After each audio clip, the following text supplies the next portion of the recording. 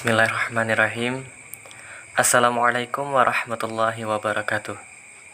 Perkenalkan, saya Dimas Adrian Syaputra, mahasiswa Ekonomi Islam Universitas Jambi dengan NIM C1F018036.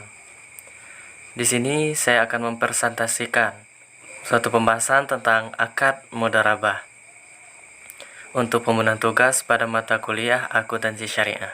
Pengertian akad mudharabah. Istilah mudharabah merupakan istilah yang paling banyak digunakan oleh bank-bank Islam. Prinsip ini juga dikenal sebagai qirat atau muqaradah. Mudharabah berasal dari kata darb, artinya memukul atau berjalan. Pengertian memukul atau berjalan ini lebih tepatnya adalah proses seseorang memukulkan kakinya dalam menjalankan usaha.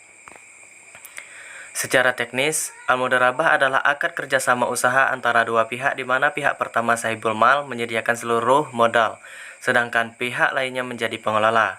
Keuntungan usaha secara mudharabah dibagi menurut kesepakatan yang dituangkan dalam kontrak. Sedangkan apabila rugi ditanggung oleh pemilik modal selama kerugian itu bukan akibat kelalaian si pengelola. Seandainya kerugian itu diakibatkan karena kecurangan atau kelalaian si pengelola, maka si pengelola harus bertanggung jawab atas kerugian tersebut. Kemudian jenis akad mudharabah. Pertama ada mudharabah mutlaqah. Yang dimaksud dengan transaksi mudharabah mutlaqah adalah bentuk kerjasama antara sahibul mal dan mudarib yang cakupannya sangat luas dan tidak dibatasi oleh spesifikasi jenis usaha, waktu, dan daerah bisnis. Dalam pembahasan fikih ulama salaf, as-sahih seringkali dicontohkan dengan ungkapan if'al ma syi'ta, lakukanlah sesukamu, dari sahibul mal ke mudarib yang memberi kekuasaan sangat besar.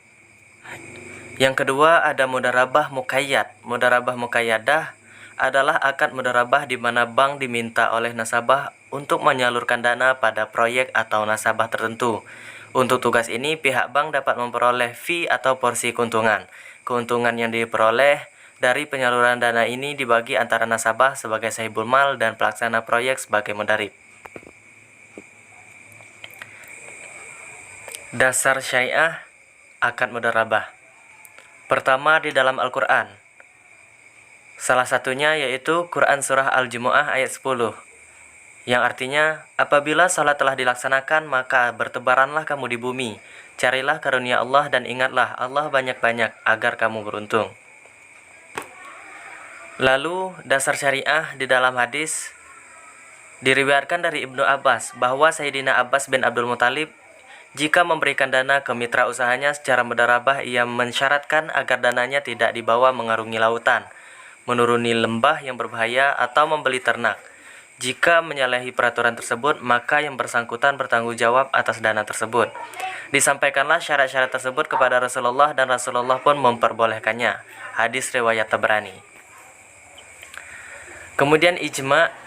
Imam Zailai dalam kitabnya Nasbu Ar-Rayyah telah menyatakan bahwa para sahabat telah berkonsensus terhadap legitimasi pengolahan harta yatim secara mudharabah.